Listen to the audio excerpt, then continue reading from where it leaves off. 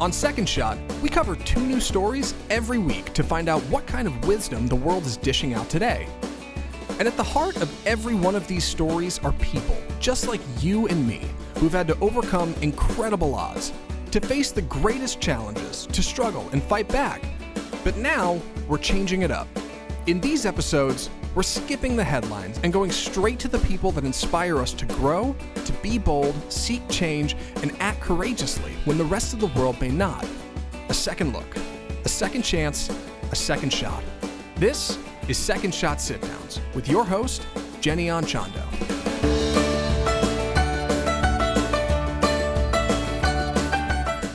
Okay, you guys, this is it. We have been telling you about this, sort of special project we've been working on, Second Shot Sit-Downs.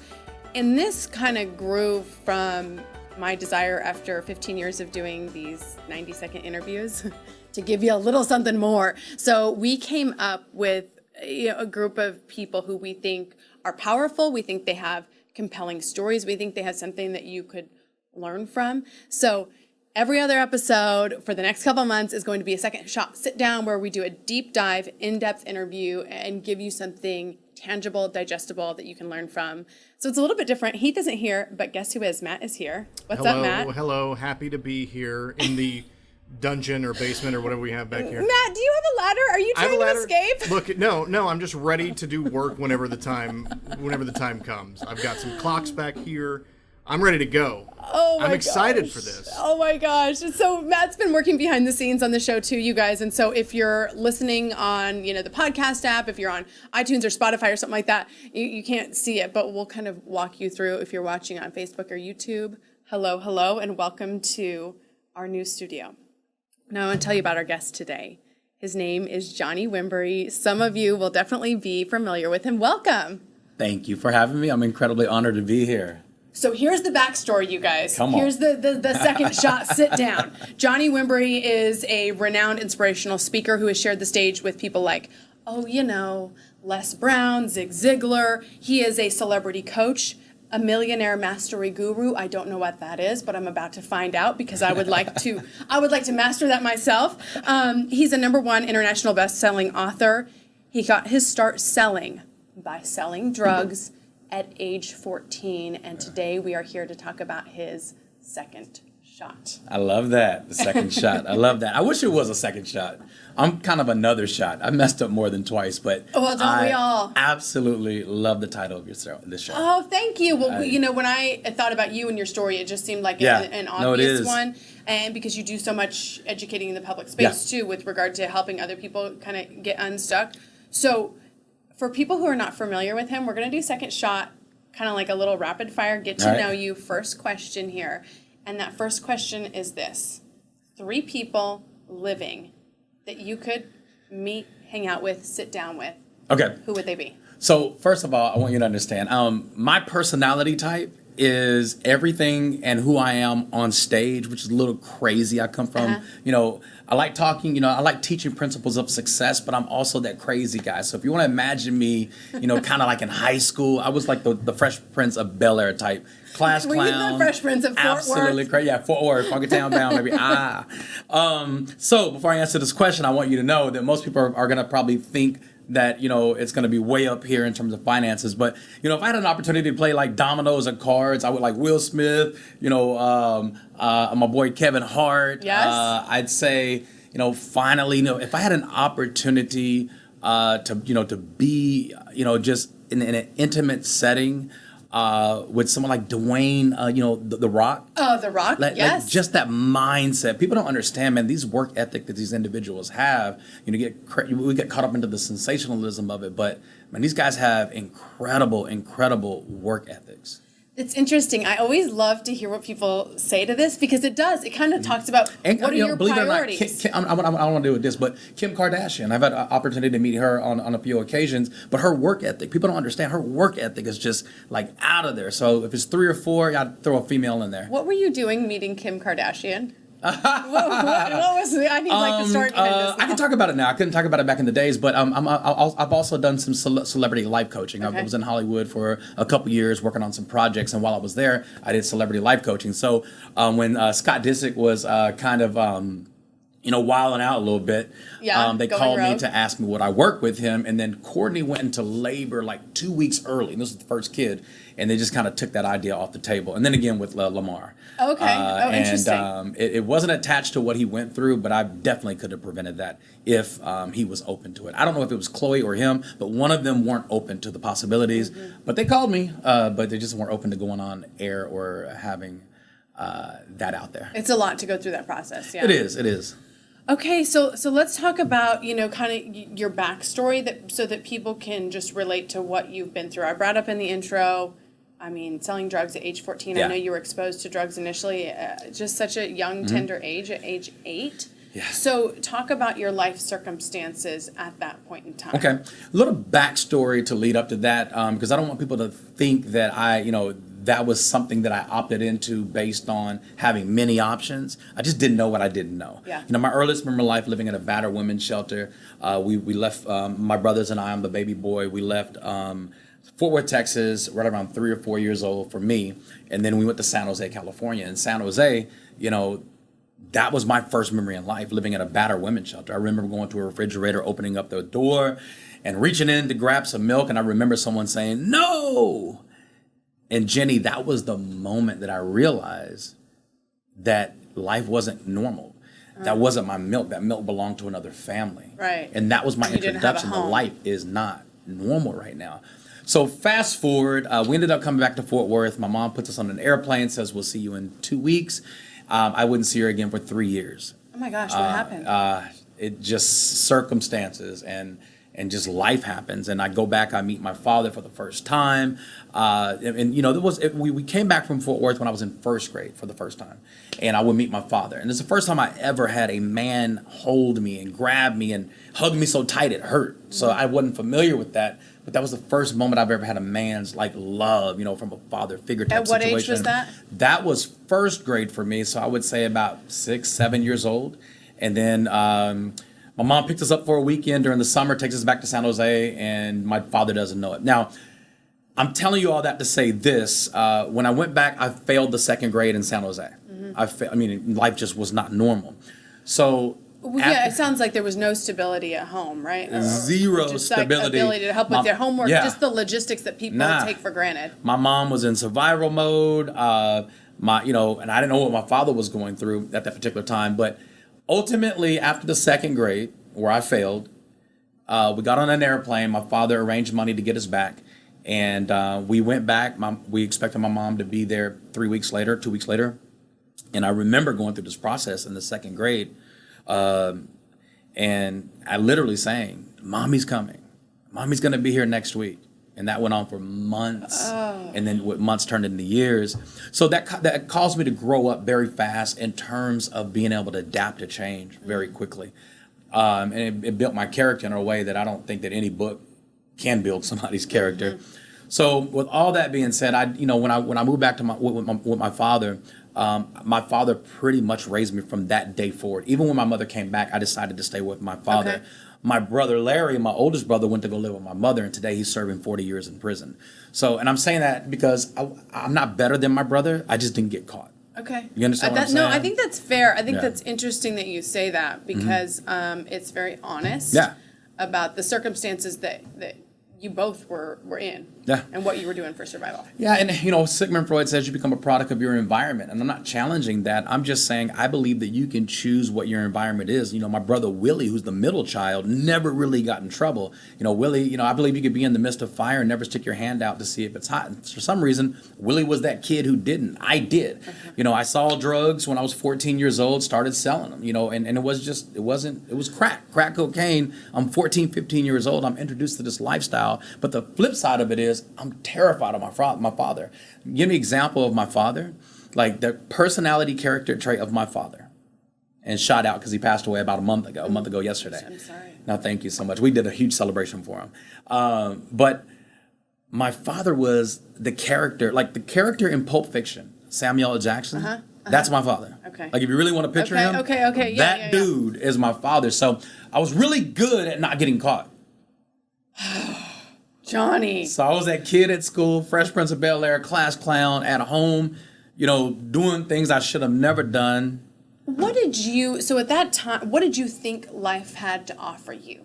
What were you seeing as your potential life? It's a really good question because I didn't know this until maybe 2 years ago. I thought about it. Even though I know what it feels like being homeless, I know what it feels like, sitting on a floor saying, God is great, God is good, let us thank you for our food, and we don't have furniture. All we got is, Literally just government food. Yeah, government food. And even through all that, I have never in my life entertained not being successful.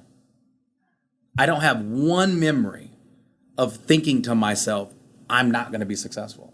For some reason, I always knew that something was available to me, and whatever that was, I was going to get it, but I didn't know what I didn't know. So when I sold drugs, that was me going to get it. That was going to get what you knew, the business that you saw. Some people's parents are teachers. Yeah. Some people, they've got an uncle who was a lawyer, somebody that worked 100%. In, sales. So that's what you see. That's all I knew. Okay, so here's, Matt, let's talk about this for a second. Yeah. I for sure have thought many times I wasn't going to be successful. Like, often. Have you, he's saying, I've never thought. Never. Well, I guess I might say I've always thought there's something coming, but I never really knew how to get there. You know what I mean? Yeah. So, like, I think everybody has the desire to be successful, but I had the hope. There was something in me that said, something's going to come, but I don't know what it is, and I don't know how to make it happen. Yeah. So I think I've kind of spent a lot of my life just slowly working towards whatever I think is success or not, but certainly have never put my foot to put the pedal down and said, this is what I'm doing, and this is how I'm going to get there. Yeah. So help us. Is this teachable? So it sounds like you were born with maybe this gift, or maybe it just kind of. I believe I was born with a fight. Okay. I was no, I can't even say I was born with a fight. I believe that I think there's the two most important days of your life: the day that you're born, the day you realize why you were born. Mm-hmm. And I believe I realized why very early on in life. I was in 4th grade. I was in Miss Cook's classroom. Shout out to Miss Cook. Miss Cook, shout out, Easton Elementary. And I was, the second story floor, last classroom, all the way down to the left. This classroom had a wooden floor for some reason. Maybe it was a music class at some point. And I remember we had a test and I finished early. And instead of, allowing me to distract the other kids who weren't finished, she set me on the floor and put headphones on me. And it was a record player. And the record started playing, and these are the words I heard.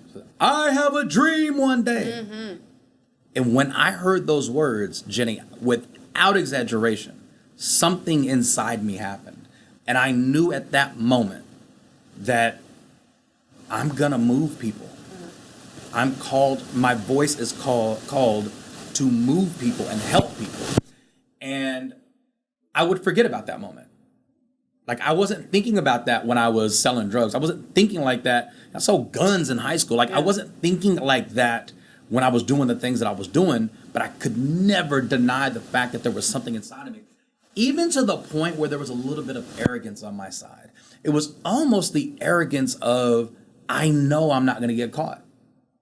I know I'm not going to die. Mm-hmm. And it's almost like I knew that God had something in my life planned for me. And instead of using that for, a blessing to help people, it was almost like arrogance. Okay. Like I can almost get away with anything. And I think that's where that came from. I've never entertained not being successful. And what's crazy is I have entertained going to prison. I think it's kind of important to set up here. I mean, we're setting the stage with, you didn't have parents that got you through anything. Nobody was giving you loans. Nobody was setting you up. None of that. you were figuring this out on your own. I want to know what the breaking point was that made you turn in the other direction, because today you were on stages with Zig Ziglar. Yeah. And not selling drugs. What was the turning point for you? When I was 18 years old, one of my homeboys were murdered. And sadly, this was not my first friend murdered. The difference was I knew the person who killed him. And when I got that phone call, I probably was a close of a rage that I can ever really imagine. And long story short, we went to the wake. We had a teacher, a mom and pop Crane. So Mama Crane was our 7th grade, 8th grade teacher. And believe it or not, this starts way back then. Now we're in high school, but they're still monitoring us and taking us to places to keep us out of trouble. And so we went to their house that night, and then we went to the wake. Okay. We planned revenge. Me and my homeboys, we planned revenge. So I had my gun. I'm pretty sure they had theirs too. And at the wake, my homeboy's mother stands up in front of the casket, and she says, "I forgive the young man who killed my son." Now, Jenny, this is the most mature moment I've ever had in my life up to this point, and probably one of the most mature moments I've ever had in my life. Mm-hmm. Okay, what'd you do? And I just had a moment where I said, I don't love him like that. If the mother had already found forgiveness, who am I? I felt like I would be disrespecting her to go get revenge. That night I asked a preacher to meet me outside the church, and I gave him my gun. And that was a major moment where I decided to turn my life around.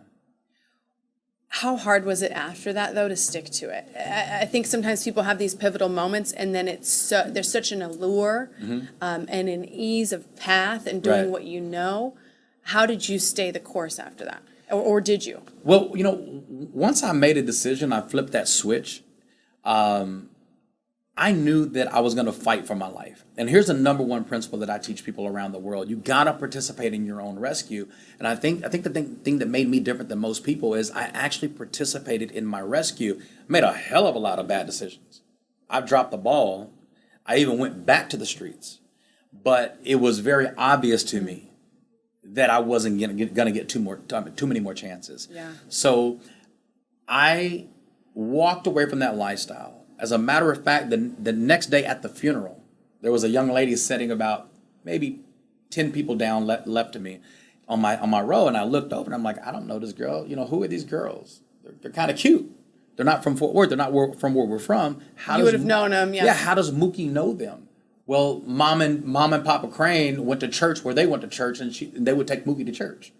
So that young lady that was down there would end up coming to Mom and Pop's Cranes after we left the gravesite, and me being silly and crazy who I am, I got on the piano and that song that goes dun dun dun, and somebody else has to play the other part dun dun dun dun dun, that part. I said, who else knows how to play the part? And she came over and started playing it. Well, she jacked it up, but long story short, that's my wife today. I knew it. I knew you were going to say that. That's Crystal. 20 years been married. Okay, so it sounds like she played a pivotal role. You guys, major. I want to get to, because what we're talking about right now is a long way still from where you are today and the lives you've impacted. I mean, you guys, people pay a lot of money to hear him speak and to get coaching from him. So please, if there is somebody in your life that needs to hear this message, share this with them, send it to them, because right after the break, we're going to talk about how he did it, what he's doing now, and how we can kind of follow along if we'd like. So we'll be right back.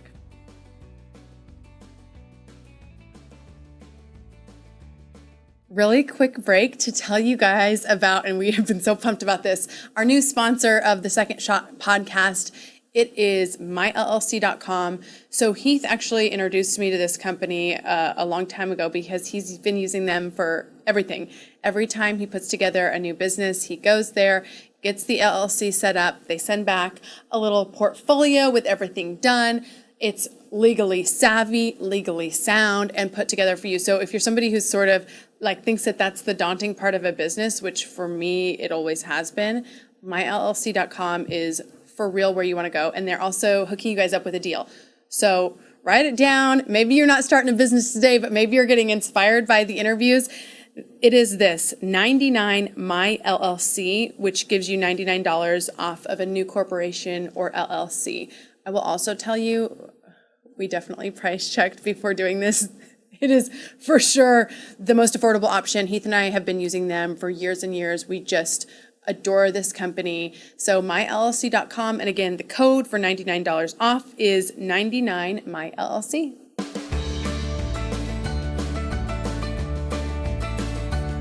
This is the time when we get the second shot. It's like, what's your secret sauce? I think so many of us, and it doesn't, we may not have grown up in the exact same situation you did, but I know for sure people are watching and listening today who feel stuck and feel like they haven't seen what they want.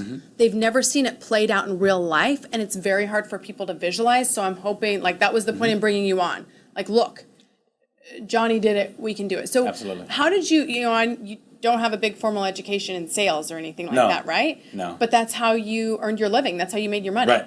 I've been in sales even before it was legal sales. And well, here's one thing. One of the key ingredients that I have is I didn't lose my fight. Okay. Like, what I had in the streets, I brought it to the real business world. I believe that people don't succeed in life because they're just afraid to take risk. My entire life was a risk. So learning that key component wasn't really a huge learning curve for me. Every time I walked out of the house, my life was in jeopardy. My freedom was in jeopardy because of things that I opted into, things that I opted in doing. So the risk factor, I brought that to the business world. So just being unafraid, I mean, that's a big takeaway for me. Huge. And almost like the lack of benefit for people who have always been in sort of this safe place is that it's very scary to step out. Yeah. When you started out in sales, what was your first legal sales job? I got involved with health and life insurance. So when I was 20 years old, I became a temporary licensed insurance agent in the state of Texas. In the state of Texas, you can try it for 90 days to see if you like it. Long story short, I did. I took the test. The state of Texas sent me a mail saying, sorry, we regret to inform you, you cannot represent the state of Texas because you have a felony arrest as a teenager. So now my past is catching up with me, and it made me mad.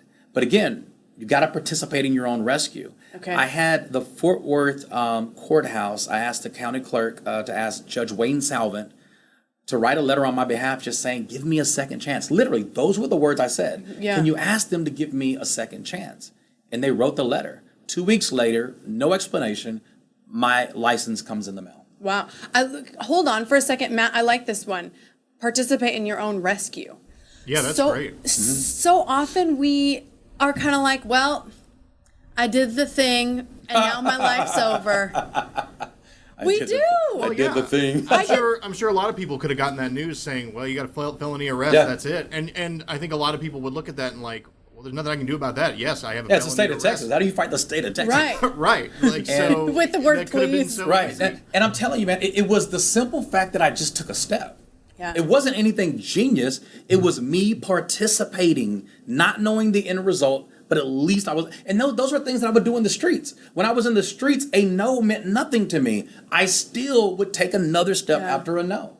So you kept going on with insurance and then got into the sales world after Insurance turned into getting involved with the network marketing world, the multi-level marketing world, direct sales, whatever you want to call it, when I was 25 years old. And that changed my life forever because it opened me up to personal development. This is what I found out who Zig Ziglar was. Okay. Les Brown, Jim Rohn, Brian Tracy, Dr. John Gray. Not knowing I would end up doing projects with every single one of those individuals. If someone would have told you when you first heard from some of those guys that you would work with them To even and see be them among in person. their company. Like, it would have been hard for me to believe that one day I will see them in person. Like, that never even crossed my mind. So how did you make it happen? I mean, what was like your daily routine at that point in time? Man, listen, it was really just staying in position. Staying in position in what I said I wanted to do, and every day do something towards that. I love the fact that the name of the show is Second Shot or Another Shot. Or, Second Shot, exactly. Because I'm really big on taking a shot. Wayne Gretzky says this. He says, 100% of every shot never taken never goes in. So if you're not shooting, nothing goes in. So I just said, I'm just going to shoot. But I'm going to shoot in the direction of where I want to be in life. What do you say to the people who say, I shot and I missed. I'm done. I'm backing out. 100% of every shot never taken never goes in. Yeah. Every big shot was a small shot that just kept shooting. Every big shot. Yeah. They'll say, Johnny, you're a big shot. You're a millionaire. You got your own show. You're a big shot, Jenny. Well, you just kept shooting. The only difference between you and somebody else is I just kept shooting. Dory said it on Finding Nemo. Just keep swimming. Just keep swimming. It's so true. It's so true. The people, Matt and I just talked about it. People in our degree, we said, Right. Nobody's even working in this field besides us. We don't know if we're the best. We're just the people who are still here. Yeah. Man, if I could teach people, and this is what I do, if I could talk to the 9-month-old you, you're invincible. The 9-month-old you never got permission to learn how to walk. You just freaking started the process. There's something inside you. There's something that we were designed to do without permission. But now we get older. You know, we're born to win, programmed to fail, and all this programming makes us forget that when we were 9 months old, we fell down 100 times and still got back up, and we didn't care who was watching. The only reason you would stop shooting is because you care who's watching. Oh, that's good. Okay, so let that sink in. Who cares who's watching? Drink to that. Yeah, I mean, think about that. Just the daily processes, what you're posting on Instagram, what you, for the sales world, what you might be scared to put out there for fear that someone might think something about you selling something. If they're going to talk about you when you're broke, when you're hurt, when you drop the ball, they might as well talk about you while you're climbing to your path, to your success. Yeah. I would much rather people talk about me being a millionaire than talk bad about me being broke. Was it hard for you to achieve that financial success given you hadn't seen it in front of you? Or was that even a goal? No, it was. It absolutely was. But I took the attention off of me, and I thought about generational. It was all about generational wealth. When I started focusing on generational wealth, everything changed for me. This is before I had kids. Yeah. I began to think to myself, what can I do to interrupt the pattern of poverty that came before me? I'm just a few generations out of slavery. Yeah. So it's not like, and I'm biracial, I'm black and white, so you throw all the odds against me. All the odds that you can imagine were against me. I just choose not to participate in what society says I'm supposed to be. Choose not to participate in what society expects you to be. Jay-Z says, men lie, women lie, numbers don't. Well, based on the numbers and the studies that have been done against me, I'm supposed to be in prison like my brother. I'm supposed to be an abusive alcoholic like my father was. I'm supposed to be all these things in life that society says I'm supposed to be. And they're right. I am supposed to be that. I'm just not going to participate in somebody else's opinion and make it my reality. Does anybody ever say anything to you to this day? Like, for example, coming up, okay, yeah, so you were coming from poverty, but working to this thing. Is there anything somebody could say to you now that would hurt or make you take a step back? No. Or you're just feeling like so invincible? No, it would, it's not what someone else says, it's what I allow to enter me when someone else says it. So, life happens. It's never, Jenny, it is never what happens to you. It's what you allow to happen in you when it happens to you. So if you say something to me that pulls me down, you didn't pull me down. It's you. I pulled me down. Okay, good. So that's so good. So we're connecting here. Absolutely. Everybody's getting that message. Yeah. I want to hear about your daily routine, regimen, any secrets that you have for today. Say someone's feeling like, okay, I'm in the flow, I'm doing well, I feel like I'm in the place I want to be, I want to keep it going. Right. What's your day like? What are are there systems that you have in place that you think the rest of us should be doing? That would be an awesome question to somebody who had a rehearsed answer. I don't have a rehearsed answer for that. It's I wake up and I do whatever I want to do, whenever I want to do it, as much as I want to do it until I'm done doing it, and I don't have to ask permission to start or finish. So I am literally in control of every bit of my schedule. The only thing that controls me is really my heart. It's hard for me to not get involved when somebody calls, but I don't know when they're going to call. So there's not a cookie cutter approach to my daily lifestyle because, I may get somebody who's suicidal one day and I may get somebody who, is, about to lose a company that's worth $100 million the next day. Those two scenarios are incredibly different. However, the mindset and the principles of overcoming both of those are exactly the same. Interesting. I like that you didn't have a rehearsed answer because some people say, Jenny, you must wake up every day at 5:30 a.m. and drink a green tea and then meditate for 7 minutes. That's so and stuff true. Like that. That's what most people say is their answer. And I ask that a lot because I'm curious about people's systems and stuff. So I like to hear about it. But he does whatever he wants because I guess you built that for yourself. Yeah, and I've always been kind of like that free spirit type person that doesn't dance to anybody else's music. It doesn't mean that I won't participate in your music, but I'm kind of going to dance to mine. So you guys, we've got a series of franchise questions that we're going to do for all the second Shotgun, boom, boom. Yes. So here's one of them. Given the chance to choose, would you prefer that life be fair or unfair? and why? I don't think life will ever be fair. So I would always say unfair, because those who would look for something to be fair, it's just an unrealistic lifestyle. You know, who I am today is based on all the unfair things that have been thrown at me. And life throws you a curveball. Yeah. You can't predict what's going to happen. Again, it's not what happens to you, it's what you allow to happen in you when it happens to you. So the unfair things that happen in life builds character. And character is who you are from the inside out. Yeah. I love that answer. I'm going to love this question. Don't you think, Matt? We've talked about this on regular Second Shot. Yeah. Well, I think it's also interesting. Maybe in your case, again, going back to, you had a felony arrest. They weren't gonna let you work. If life was fair, that might be the end of it, because like you have to pay for what had happened or what you had done, right? And I could allow it to piss me off or piss me on. So most people you got to realize, it's so easy to get pissed off in society. It pissed me on. It turned something on inside me. Yeah, it gets him going. Yeah. Let life be unfair for Johnny. Okay, last Second Shot question here. And again, this is the idea with this being a gift to our audience. We want them to, look, we don't all have access to Johnny all the time, but this is kind of like our little private 30-minute one-on-one coaching session with him. So, hypothetical, he already had a best-selling book, so I can't offer him his first book deal. Mm-hmm. But we're going to offer you another book deal. All right, let's do it. And I promise to get it into the hands of everybody who needs a second shot at life. The catch is, the book is one sentence long. What's the sentence? What's the one line that you give to everybody who needs like a little bit of hope for a second shot? Where you come from doesn't have to dictate where you're going. So good.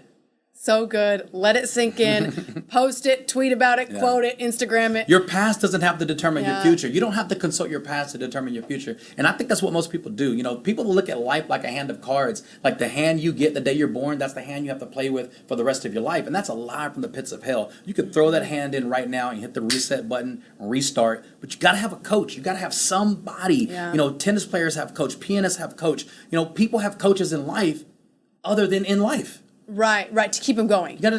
People have coaches in everything that they do other than in life. I coach people in life. Yeah, this is good, Johnny. I love it. And I love that you're so on fire and like here for us to access it and feel it and get inspired by it. If people are interested in that, in your coaching and connecting with you, following you, give them all you got. Any social media platform is @Wimbrey, my last name @Wimbrey. But for coaching and things like that, go to CoachJohnny.com. CoachJohnny.com. Johnny Carson, Johnny Depp, Johnny Blaze, that Johnny. CoachJohnny.com. I like the associations. You got to do things to make people remember. Yes, I'm with you. Johnny Wimbrey, thank you. Thank you. You've been awesome. Thank you. This is good. Matt, you feel ready to rock? Am I coming back? It's inspiring. Yeah. Am I coming back? Yes. All right. Let's do it. Hey, let's do a Johnny on the spot on the regular segment. Let's get it. I like it. How's that for closing on air? Yeah, right. Okay, promise. Deal done. Okay, you guys, here's the deal. Second Shot sit-downs. I hope that you enjoyed it. If you know somebody and you think, gosh, this could help them get out of a rut, get unstuck, anything like that, please do share it with them. We are on iTunes, Spotify, iHeartRadio, SoundCloud, Stitcher. Where else we at? Matt, we're on everything. Everything. Yeah, I don't know. Facebook, I didn't YouTube. hear everything you just said, but yes, we're on every platform. The idea being that this is a service for you, a gift for you, and just a resource for you. Don't forget, you can join the Second Shot super secret, not so secret Facebook group, and we will connect and hang out in there. And then the next episode that comes up will be our regular one, and we'll invite my husband back for that. Have a good one. Bye, you guys.